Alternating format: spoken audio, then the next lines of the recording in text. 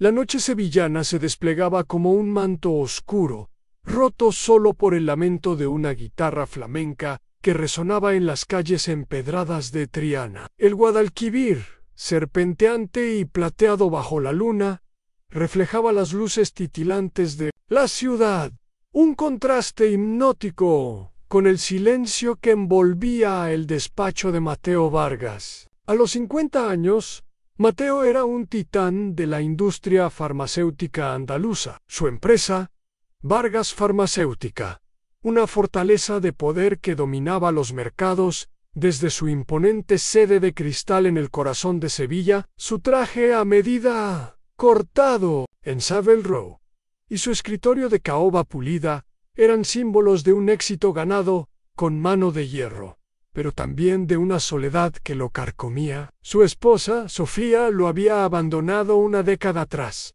agotada por su obsesión con el control, y su hija, Lucía, de 16 años, languidecía en un hospital privado, atrapada por una enfermedad rara que ningún médico podía curar. Los mejores especialistas de Europa habían pronunciado su sentencia a Lucía le quedaban 6 meses de vida. Mateo, con toda su riqueza, era impotente ante el dolor de su hija. Un vacío que lo consumía como un incendio lento esa noche, mientras revisaba informes financieros bajo la luz tenue de una lámpara de diseño, el aroma a café sevillano llenando el aire. Un golpe en la puerta rompió su concentración. «Adelante», dijo. Su voz, áspera, sin esperar visita alguna a esas horas. La puerta de roble se abrió con un chirrido, y un niño de no más de 12 años apareció en el umbral. Su figura menuda envuelta en ropa harapienta, que parecía fuera de lugar en el lujo opulento del despacho. Sus ojos, azules, penetrantes, sin parpadear, cortaban el aire como un cuchillo, y su rostro, cubierto de mugre, tenía una calma inquietante que desarmaba. El cabello oscuro, desgreñado, caía sobre su frente, pero no ocultaba la intensidad de su mirada. Mateo frunció el ceño confundido, su instinto de magnate alertado por la intrusión. «¿Qué quieres?», preguntó, su tono más cortante de lo que pretendía, mientras se levantaba de su silla. La silueta de la Giralda recortándose en el ventanal detrás de Elan,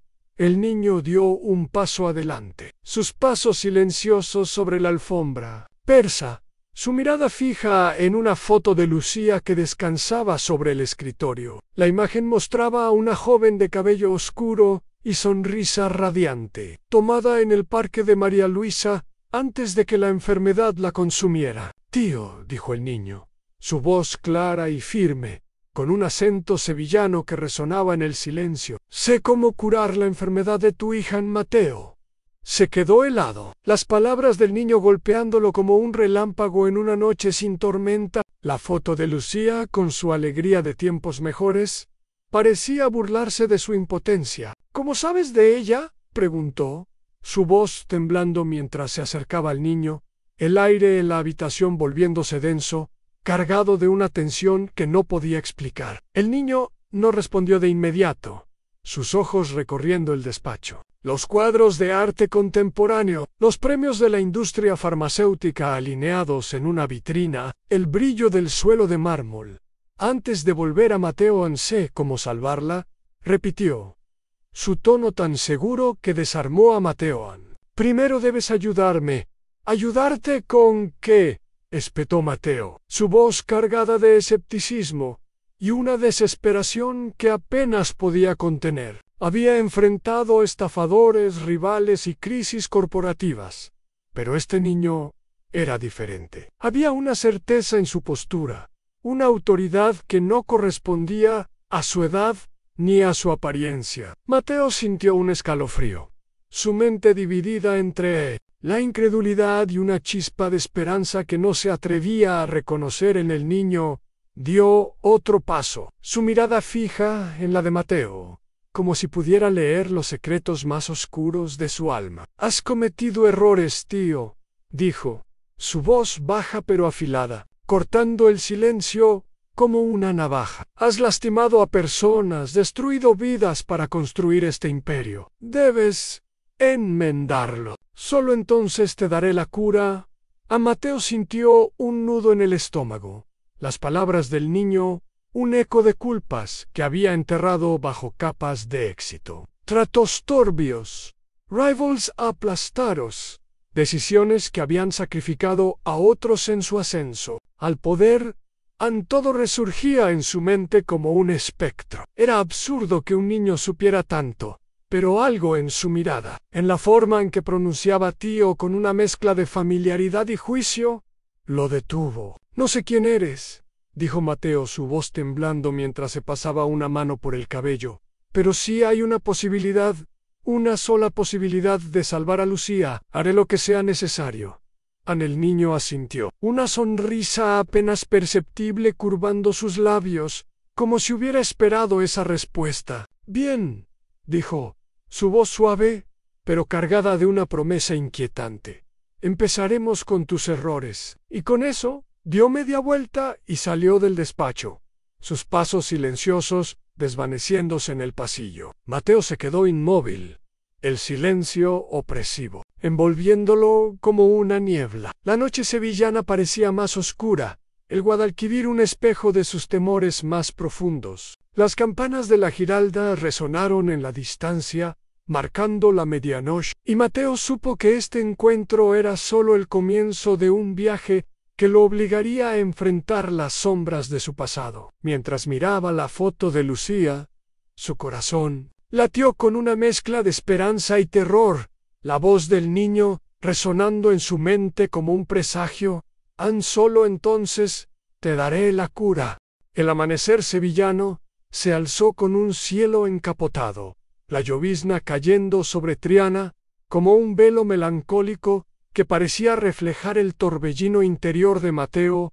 No había dormido. Las palabras del niño, tío, sé cómo curar la enfermedad de tu hija, resonando en su mente como un tambor implacable. Su despacho, un santuario de poder donde había cerrado tratos millonarios y aplastado a rivales, se sentía ahora como una prisión, las paredes de cristal reflejando su rostro cansado, marcado por ojeras profundas. La foto de Lucía, con sus ojos castaños brillando en un día soleado en el parque de María Luisa, era un recordatorio constante de su impotencia. Había gastado millones en tratamientos experimentales, financiado investigaciones en universidades de prestigio, pero nada había detenido la enfermedad que consumía a su hija, una dolencia rara que los médicos apenas podían nombrar. Y ahora, un niño de la calle, con su mirada penetrante y su voz cargada de certeza, afirmaba tener la respuesta. El zumbido de su teléfono lo sacó de sus pensamientos. Un mensaje de Sofía, su exesposa, desde Madrid. ¿Cómo está Lucía?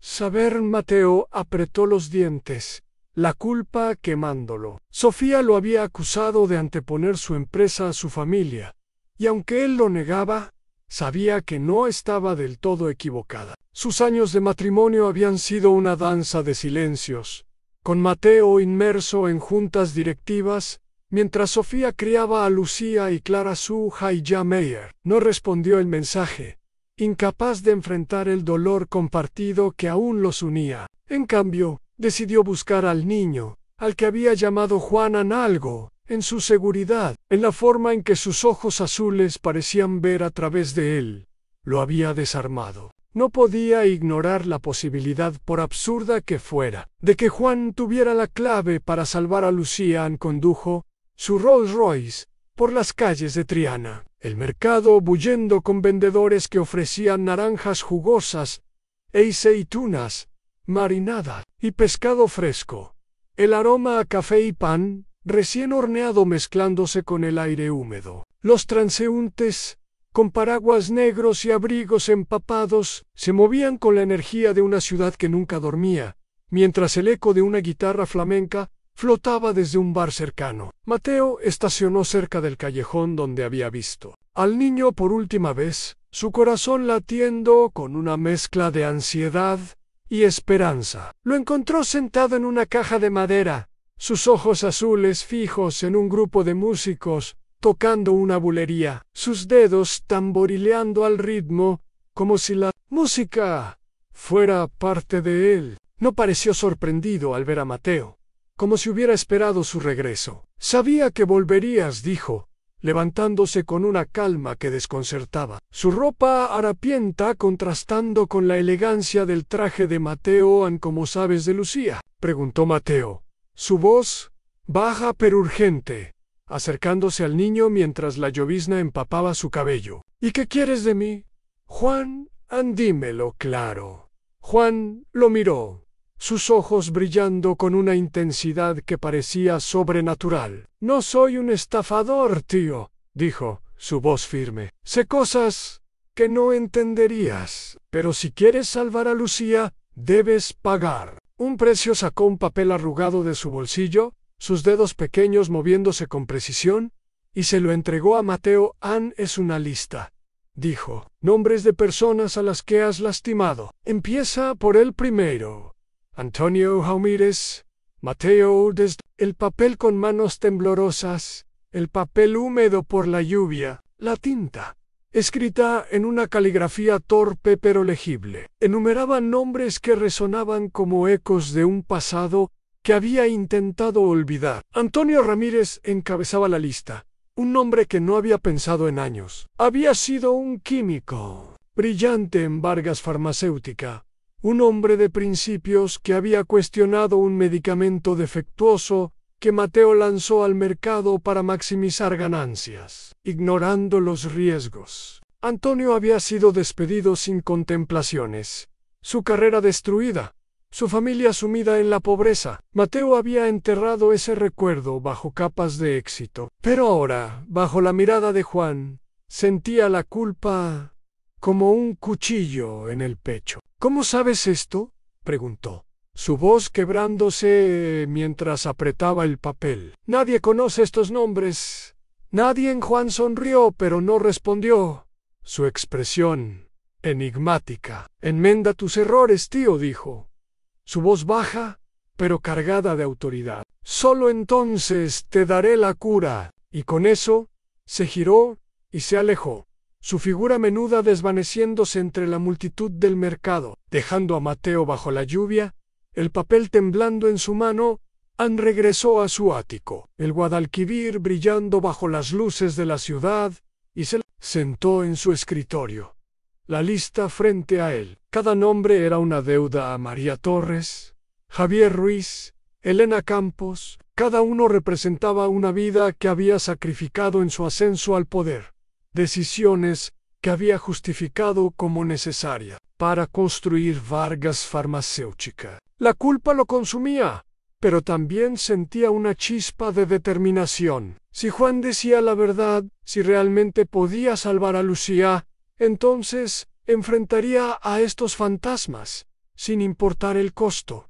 Pero una pregunta lo perseguía.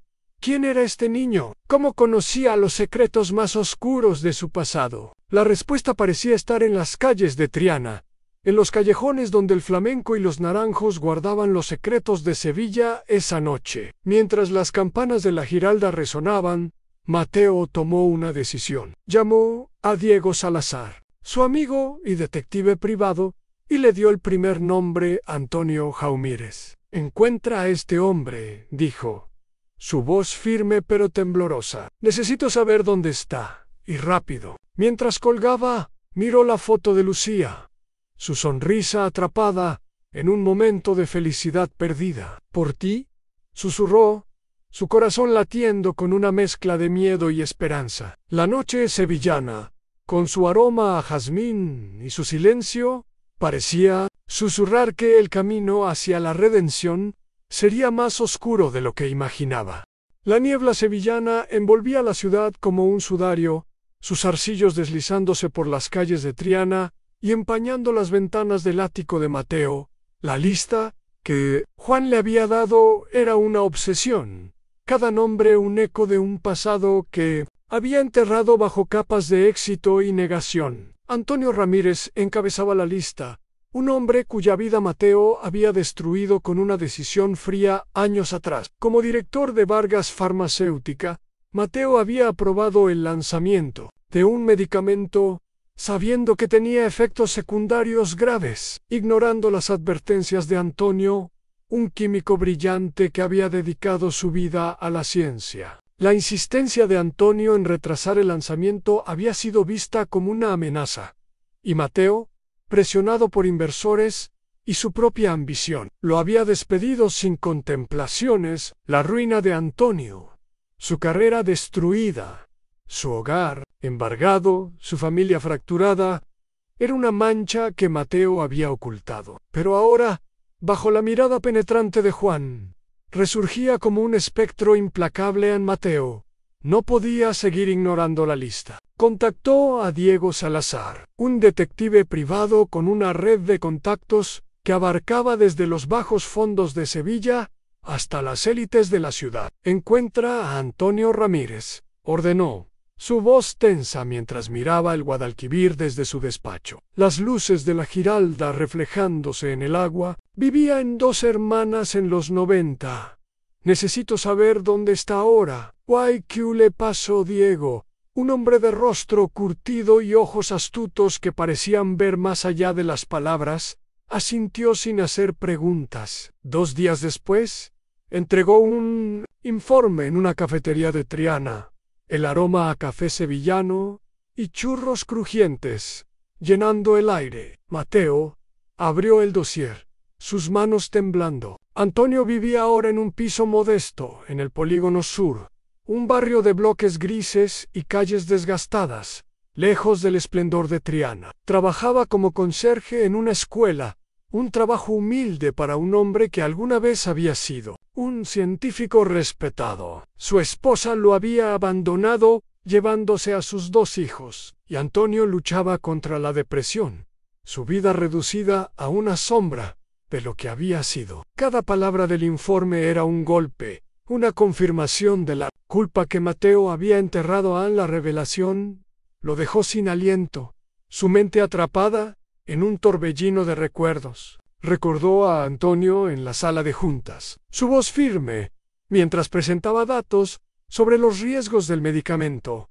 suplicando a Mateo que reconsiderara. Pero Mateo, cegado por la presión de los inversores y su propia ambición, lo había silenciado, justificando su decisión como un mal necesario para proteger Vargas Farmacéutica. Ahora, bajo la luz tenue de la cafetería, con el bullicio de Triana al fondo, Mateo sentía la culpa como un cuchillo en el pecho. ¿Cómo podía un niño como Juan saber tanto? ¿Quién era este mensajero que parecía conocer los secretos más oscuros de su alma? Decidió enfrentarlo. Condujo hasta el Polígono Sur bajo una lluvia persistente, el limpiaparabrisas de su Rolls Royce marcando un ritmo hipnótico. Las calles del barrio estaban llenas de vida, a pesar de la pobreza. Niños jugando en charcos, ancianas charlando en portales, el aroma a puchero escapando de las ventanas. Mateo estacionó frente al edificio de Antonio, un bloque de hormigón gris con grafitis desvaídos. La lluvia empapaba su abrigo mientras tocaba el timbre, su corazón latiendo con una mezcla de miedo y determinación. La puerta se abrió, revelando a un hombre envejecido, su cabello gris y sus ojos llenos de amargura. Antonio Jaumírez, antes un científico de mirada brillante, ahora parecía un hombre roto. ¿Qué quieres, Vargas?, preguntó, su voz fría como el hielo, su mano apretando el marco de la puerta. Mateo tragó saliva, el peso de los años presionándolo como una losa. Vine a disculparme, dijo, su voz temblando mientras la lluvia corría. Por el medicamento, por tu despido, por todo lo que te hice. Estaba equivocado, Antonio. Fui egoísta y quiero hacer lo correcto. Antonio lo miró, incrédulo, la ira destellando en sus ojos como un relámpago. ¿Disculparte?, gruñó, su voz cargada de desprecio. Después de destruir mi vida, mi esposa se fue. Mis hijos apenas me hablan. ¿Crees que unas palabras lo arreglan? Mateo bajó la mirada, la culpa quemándolo como un incendio. No espero que me perdones, dijo, su voz quebrándose. Pero dime cómo puedo ayudarte. Por favor, déjame intentarlo. Antonio vaciló, su expresión suavizándose por un instante antes de endurecerse nuevamente. No quiero tu dinero, Vargas, dijo, su voz áspera. Quiero mi vida de vuelta. Pero eso no puedes dármelo. Cerró la puerta con un golpe seco, dejando a Mateo bajo la lluvia, el eco de sus palabras resonando en su mente. A Mateo regresó a Triana, las calles bullendo con vendedores y músicos. Pero el mundo parecía más oscuro. En un bar de tapas, el aroma a jamón serrano y vino tinto envolviéndolo, revisó la lista nuevamente.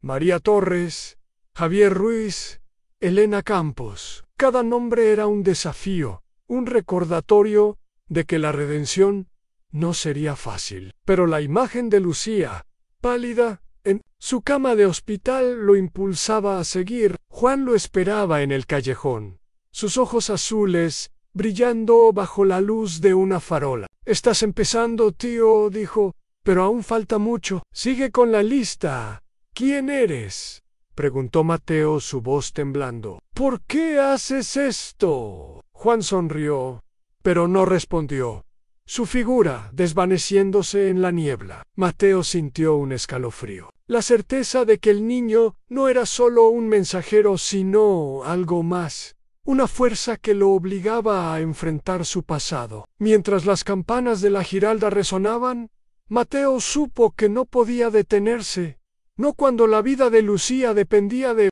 él. El invierno sevillano irrumpió con un frío cortante.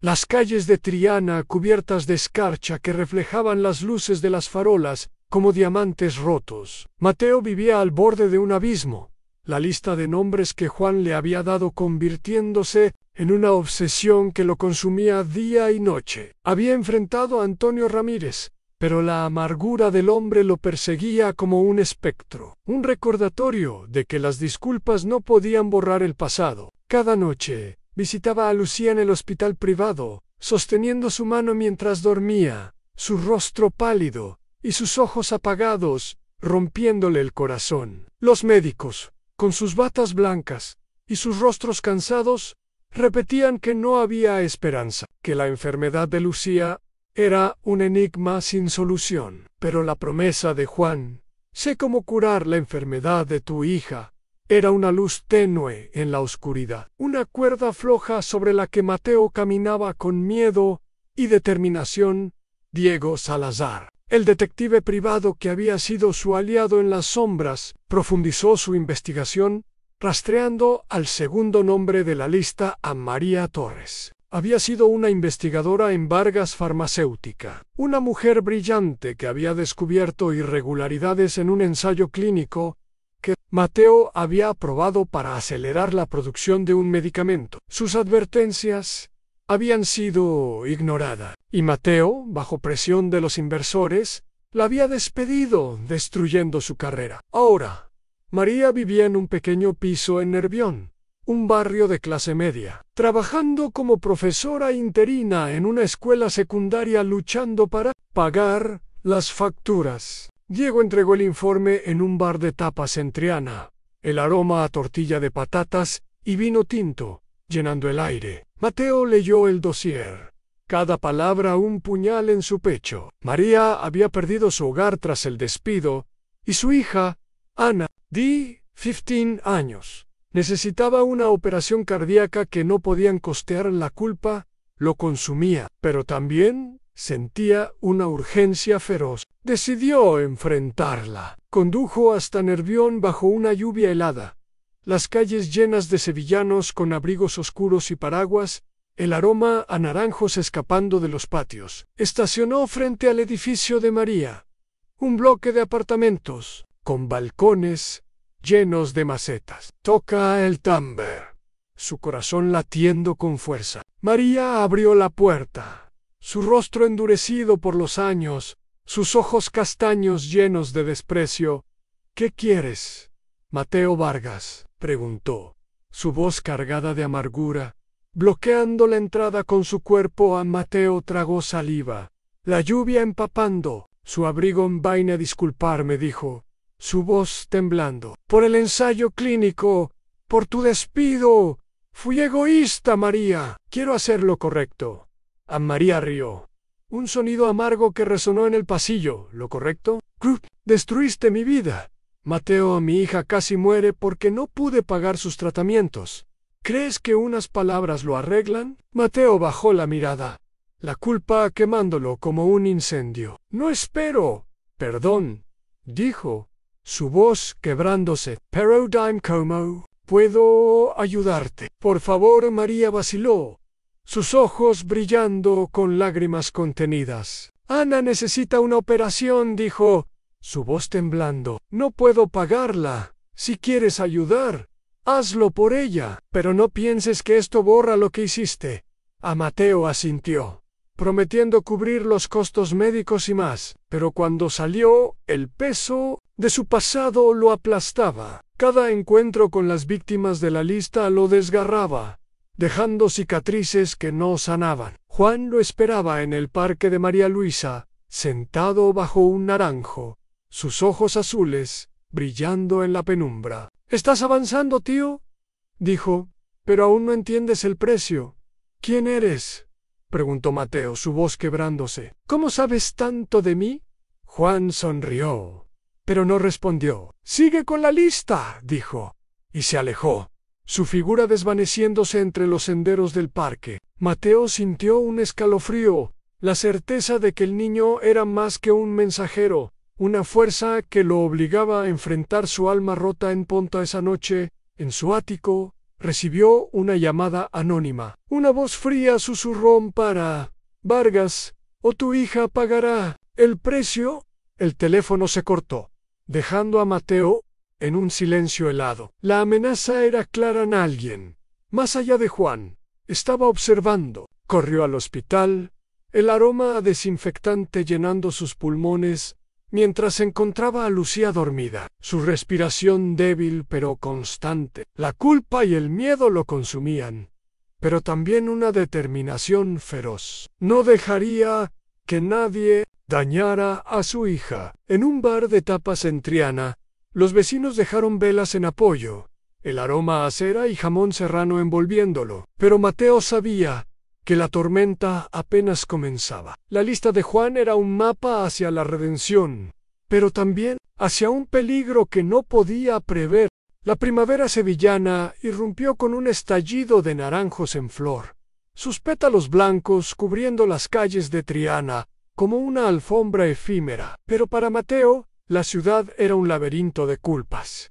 La lista de nombres de Juan, una obsesión que lo consumía. Había enfrentado a Antonio Ramírez y María Torres, cada encuentro arrancándole un pedazo de su alma. Pero la cura para Lucía seguía siendo un enigma. En el hospital, Lucía mostraba signos de mejoría, sus mejillas recuperando un leve rubor, pero los médicos advertían que era temporal, un respiro antes de la inevitable recaída. La promesa de Juan, sé cómo curar la enfermedad de tu hija, era la única cuerda que lo sostenía, pero cada día sentía que pagaba un precio más alto. Diego Salazar, incansable en su búsqueda, rastreó al tercer nombre. Javier Ruiz había sido un socio clave en los primeros años de Vargas Farmacéutica, un hombre carismático que había ayudado a Mateo a conseguir inversores cruciales. Pero cuando un trato millonario con una multinacional estuvo en juego, Mateo traicionó a Javier, quedándose con su parte para consolidar su poder. Javier perdió todo: su empresa, su hogar, su familia. Ahora vivía en un pueblo remoto de la Sierra de Cádiz, trabajando como agricultor en un olivar, lejos del brillo de Sevilla. Diego entregó el informe en un bar de tapas en Santa Cruz, el aroma a puchero y vino tinto llenando el aire. Mateo leyó el dossier, cada palabra un puñal. Javier vivía en una casa humilde. Su hijo Mayo era estudiando en una universidad pública, gracias a becas, pero con dificultades financieras que lo mantenían al borde del abandono. Mateo decidió enfrentarlo. Condujo hasta la sierra de Cádiz. Las carreteras sinuosas, atravesando colinas verdes y olivares interminables, el aroma a tierra húmeda llenando el aire. El pueblo, un puñado de casas blancas bajo un cielo azul, parecía detenido en el tiempo. Encontró a Javier en un campo de olivos, su rostro curtido por el sol, sus manos callosas trabajando la tierra. «¿Qué haces aquí, Mateo Vargas?» «Prigan, Javier», su voz cargada de desprecio. Dejando caer una cesta de aceitunas al suelo, Mateo tragó saliva. El sol quemando su nuca.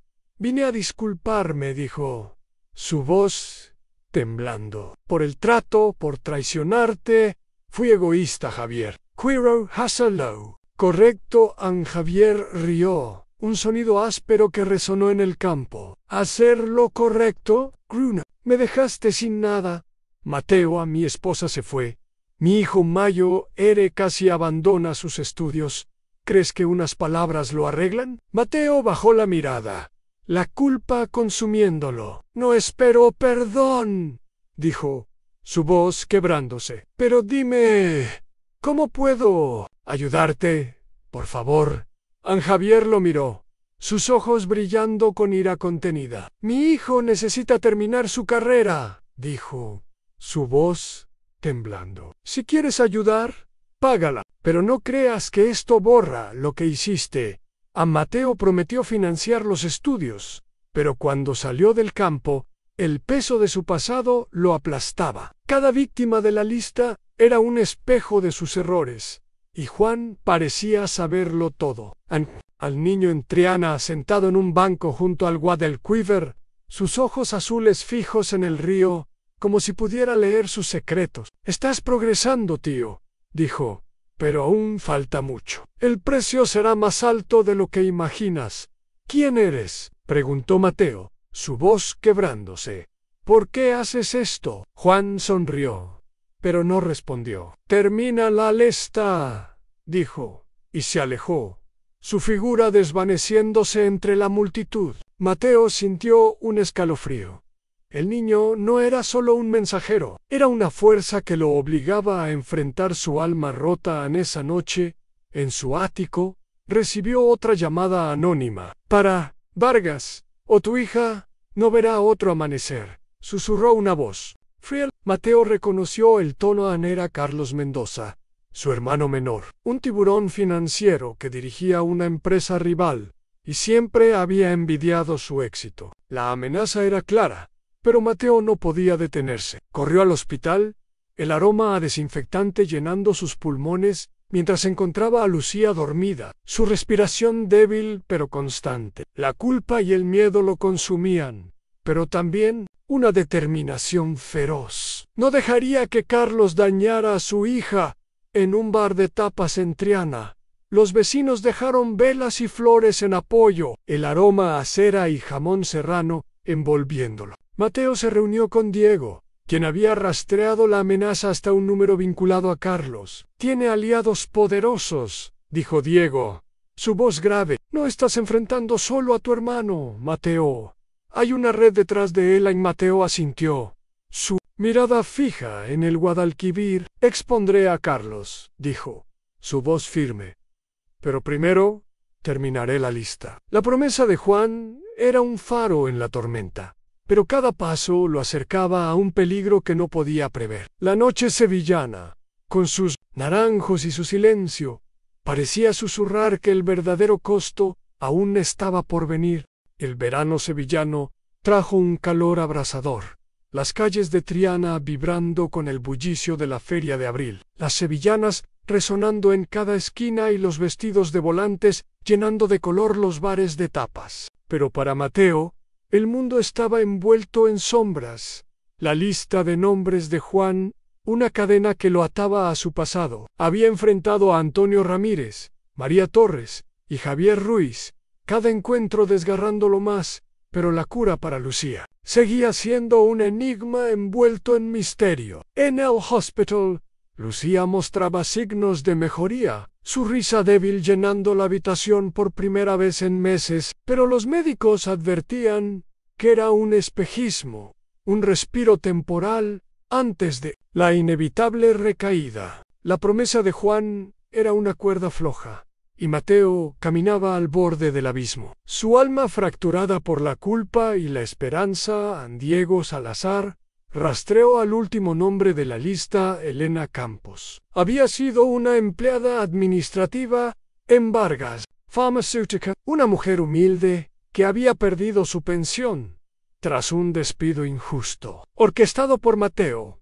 para reducir costos durante una reestructuración. Elena, que había dedicado 20 años a la empresa, quedó sin nada y ahora vivía en un asilo en Sevilla, sola y olvidada. Diego entregó el informe en un café en el Parque de María Luisa, el aroma a naranjos y tierra húmeda envolviéndolos. Mateo leyó el dossier, cada palabra un recordatorio de su crueldad. Elena vivía en una habitación austera, su salud deteriorada, sin familia que la visitara. La culpa lo consumía, pero también sentía una urgencia feroz. Decidió enfrentarla. Condujo hasta Sevilla las calles llenas de sevillanos disfrutando del verano, el aroma a jazmín escapando de los patios. El asilo, un edificio de ladrillo desvaído, exudaba tristeza. Mateo tocó el timbre, su corazón latiendo con fuerza. Una enfermera lo guió hasta la habitación de Elena, donde la encontró sentada junto a una ventana, su cabello blanco y sus manos temblorosas,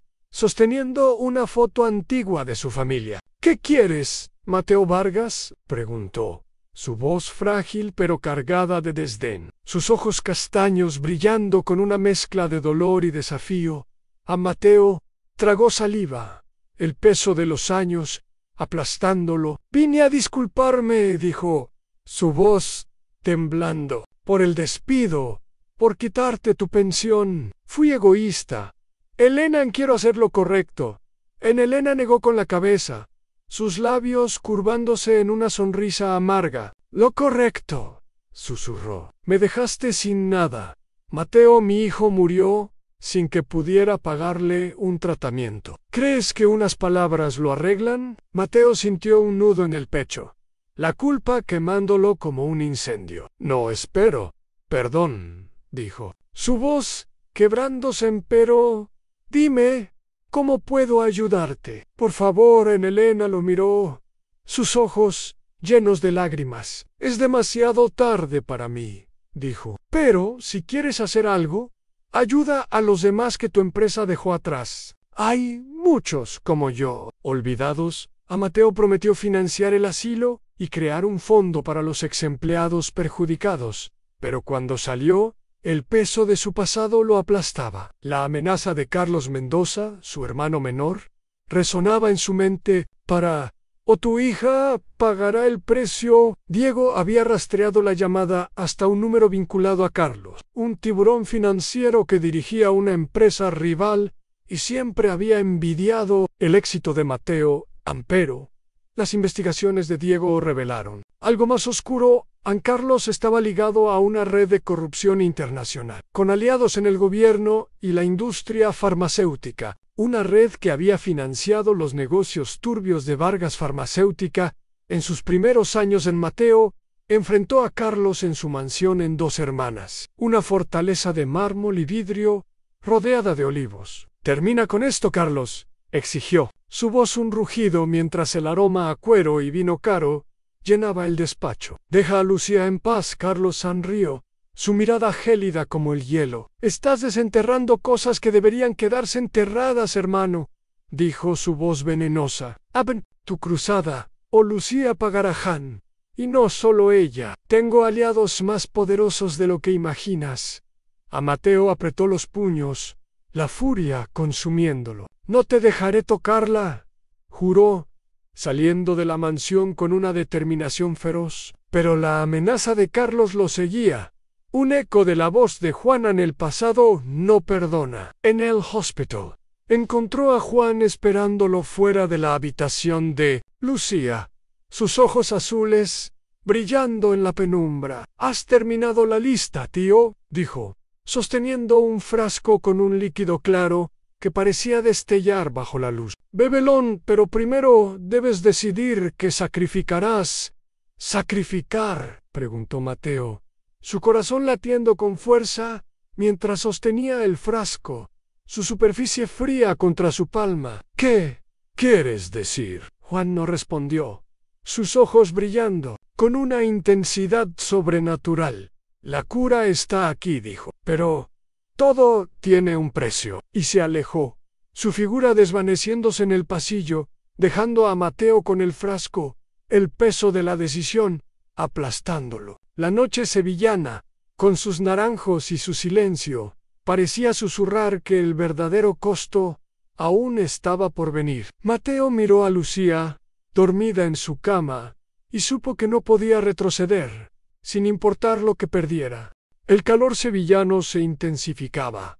Las calles de Santa Cruz, llenas de turistas, y el eco de las sevillanas resonando en cada esquina. Un preludio a la feria de abril, pero para Mateo, el mundo se había reducido al frasco que Juan le había dado, su líquido claro brillando bajo la luz de su ático, como un faro de esperanza y terror. La amenaza de Carlos Mendoza, las disculpas a las víctimas de la lista y la promesa de una cura para Lucía lo tenían al borde de la locura. En cada noche visitaba a Lucía en el hospital, sosteniendo su mano mientras dormía, su rostro pálido pero sereno, un milagro frágil que lo impulsaba a seguir. Los médicos, desconcertados por su mejoría, advertían que no duraría, pero Mateo sabía que era obra de Juan, una magia que no podía explicar. Decidió compartir la verdad con Sofía y Clara, convocándolas al hospital, en una sala privada, con el aroma desinfectante y el pitido constante de las máquinas. Mateo explicó todo en el encuentro con Juan, la lista de nombres, las disculpas que había ofrecido, y el frasco que prometía salvar a Lucía. Sofía, con el rostro marcado por años de dolor, lo escuchó en silencio, sus ojos castaños llenos de lágrimas. Clara, de 24 años, furiosa por los secretos de su padre, exclamó: ¿Confías en un niño de la calle? ¿Y si es una trampa, papá? ¿Y si te está manipulando? No tengo otra opción, dijo Mateo, su voz quebrándose mientras sostenía el frasco, su superficie fría contra su palma. Lucía está mejor. Clara, por primera vez en años, tiene esperanza, pero no sé qué precio pagaré. Sofía tocó su brazo, su voz temblando. Hagas lo que hagas, estamos contigo, Mateo, dijo, pero ten cuidado, este niño. No es normal, Clara. Con lágrimas de frustración, asintió. No te dejaré solo, papá, dijo, pero si esto sale mal, no sé si podré perdonarte. Esa noche, en un bar de tapas en Triana, el aroma a jamón serrano, tortilla de patatas y vino tinto envolviéndolo, Mateo recibió otra llamada anónima. Vargas, o tu hija no verá otro amanecer, susurró la voz fría de Carlos. Mateo colgó, su corazón latiendo con furia. No podía detenerse ahora, no cuando estaba tan cerca de salvar a Lucía, pero la amenaza de su hermano lo seguía como una sombra, un eco de la voz de Juan Antó. Tiene un precio.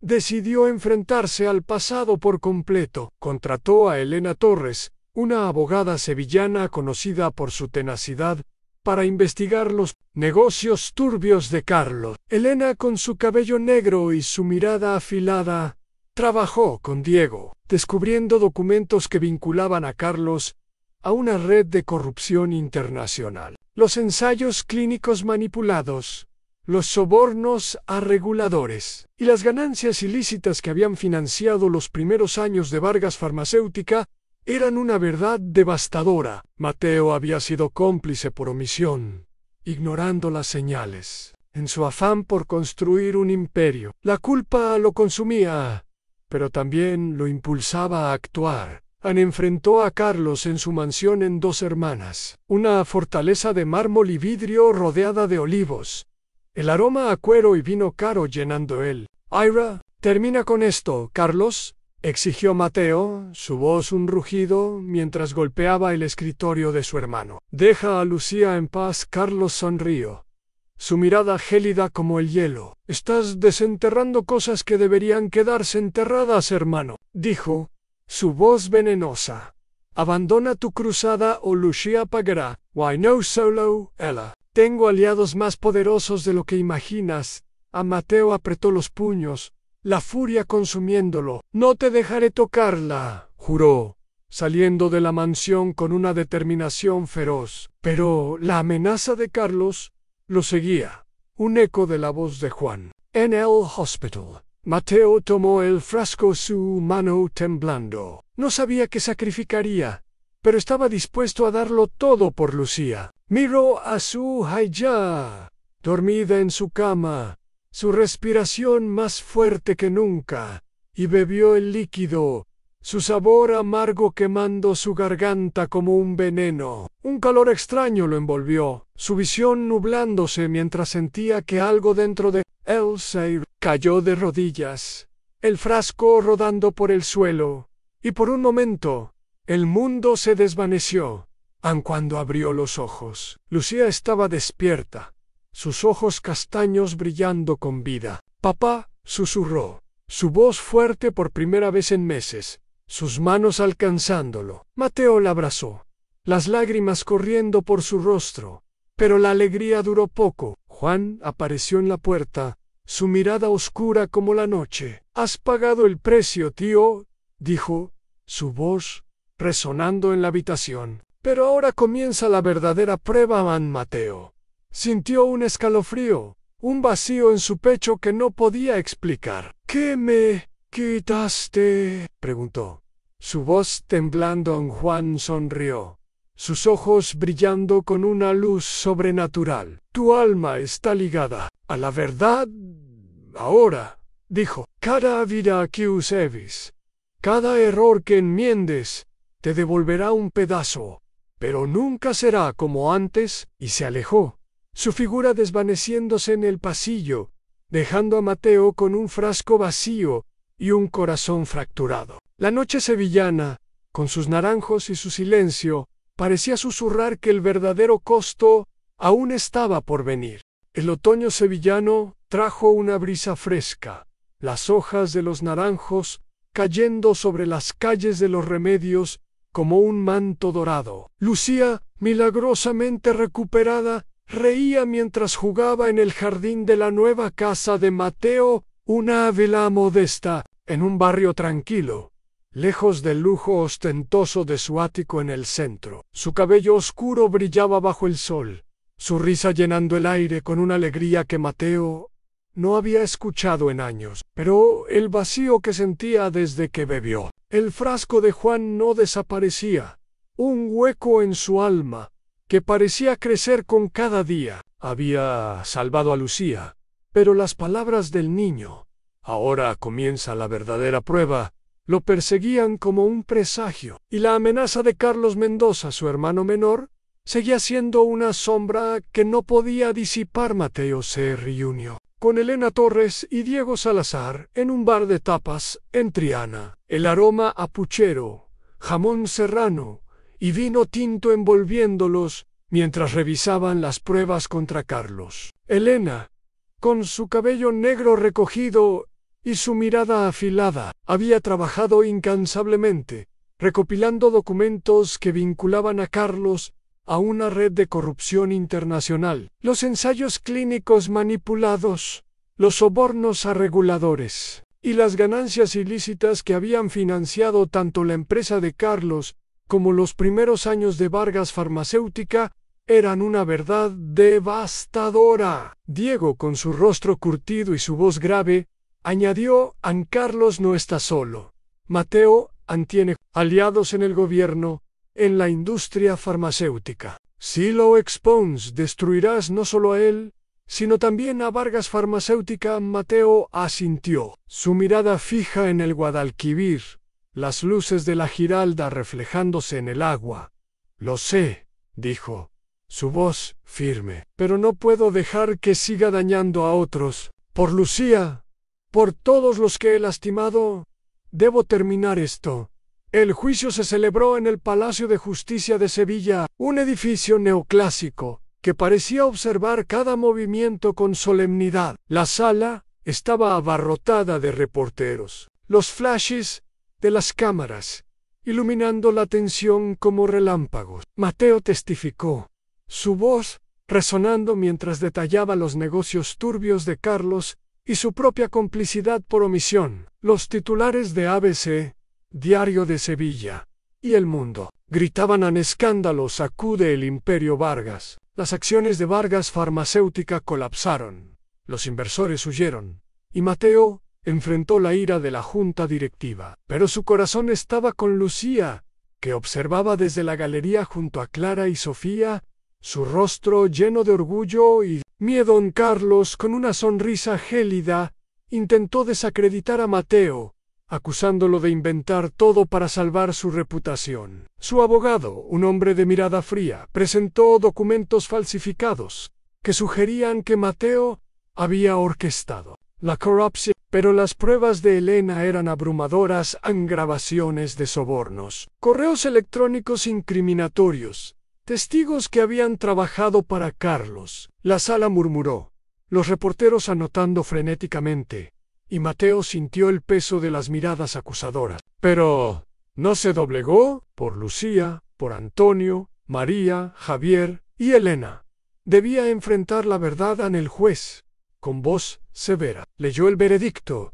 Encontramos al acusado, Carlos Mendoza, culpable de fraude, lavado de dinero y manipulación de ensayos clínicos, en 15 años de prisión. La sala estalló en murmullos, pero Mateo apenas escuchó. Un alivio abrumador lo inundó, mezclado con el vacío que aún lo consumía. Carlos, esposado, lo miró con odio puro, su voz un siseo. Esto no termina aquí. Hermano, tras el juicio, Clara y Sofía se reunieron con Mateo en el hospital, donde Lucía, ahora fuerte, los abrazó con una energía que parecía un milagro. «Soy tu hermana», dijo Clara a Lucía, su voz temblando mientras le acariciaba el cabello.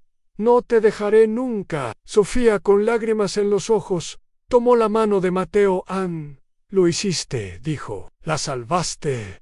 Pero Mateo no podía celebrar. Esa noche encontró a Juan en el parque de María Luisa, bajo un naranjo cargado de frutos dorados. «Has ganado, tío», dijo el niño, sus ojos azules brillando en la penumbra.